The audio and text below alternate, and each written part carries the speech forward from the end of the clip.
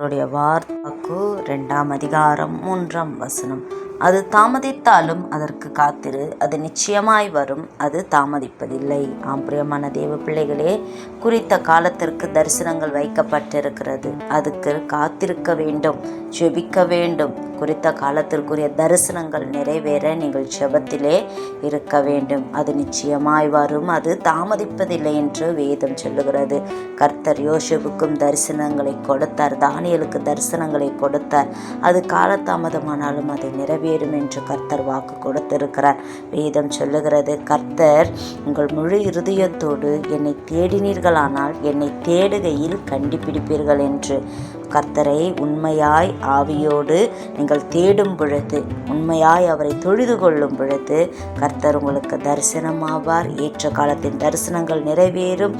கர்த்தரோடு இருங்கள், தேவனிடத்தில் சேருங்கள், அவர் உங்களோடு இருப்பார். ஆமென்.